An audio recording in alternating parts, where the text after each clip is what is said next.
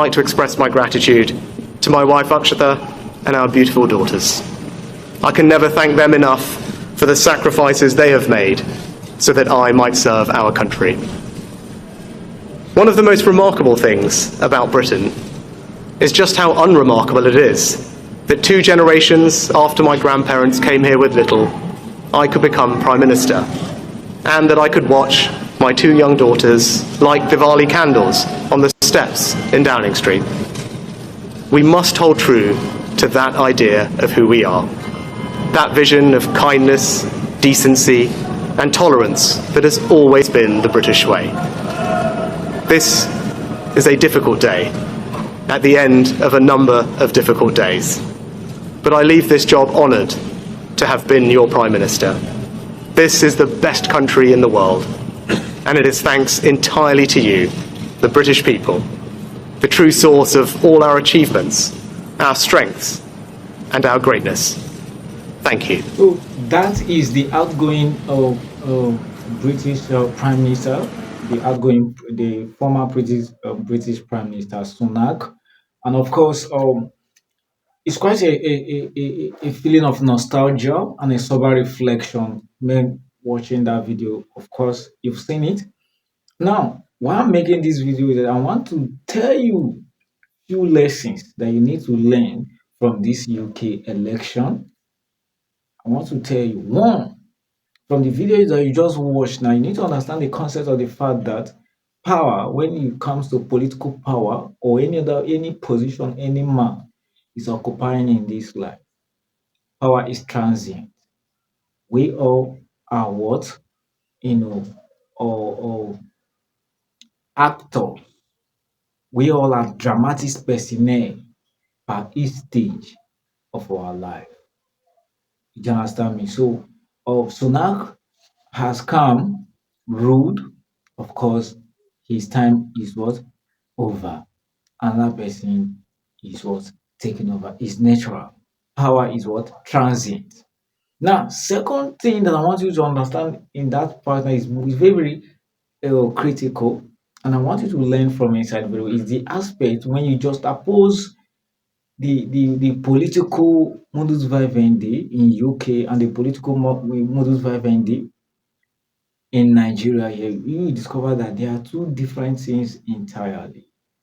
If you see how the election was done, free and fair election, everything, all the process, duly conducted election, winner emerged, no atom of rigging, no conflict, no violence, no ballot box snatching, no electronic hiccup, no network glitches. You see, everything straightforward. All what we heard at the end of the day was what? Election was conducted, winner emerged, no chaos. I don't know if you're getting what I'm saying.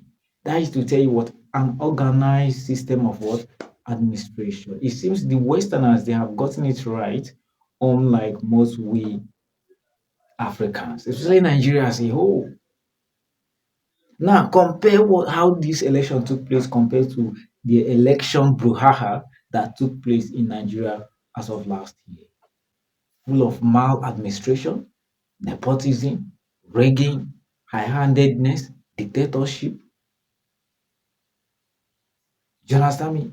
All the electoral processes was all a state of shenanigan, a state of quagmire. And look at where it has led us to tell you that it's as if a typical black man cannot govern themselves. And this is what we have.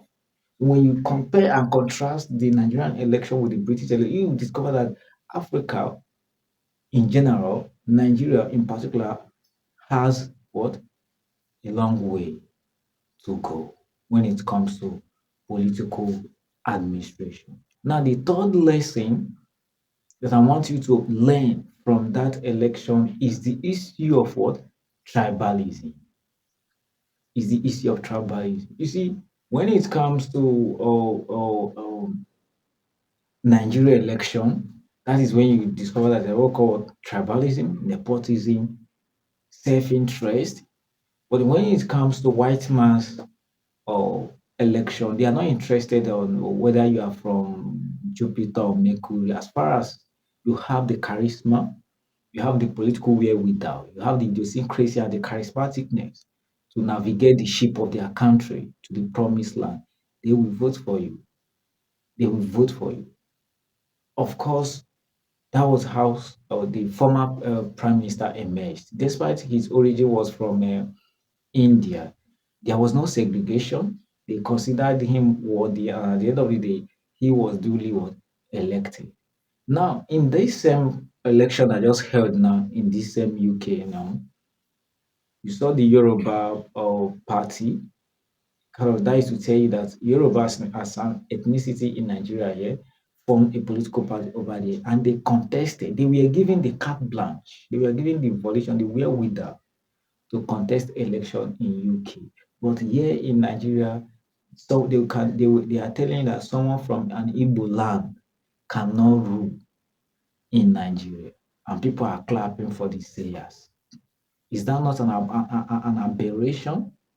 Is that not a complete abysmal failure on the side of Africa? That is to say that Nigeria as a whole has a long way to go when it comes to political administration. The Westerners understand that for a country to grow, there should be an intermixed of different culture. When there is integration of different cultures, definitely countries will grow. That's why you have different ethnic groups there in different name it, whether America, UK, even in America, was it not Barack Obama that ruled America as US president? Of course he was. But here in Nigeria, someone will be contesting an election in Lagos State and they will be asking you, are you a Yoruba? Are you from Lagos? That you are committing abomination for you to be just nonsensical talks.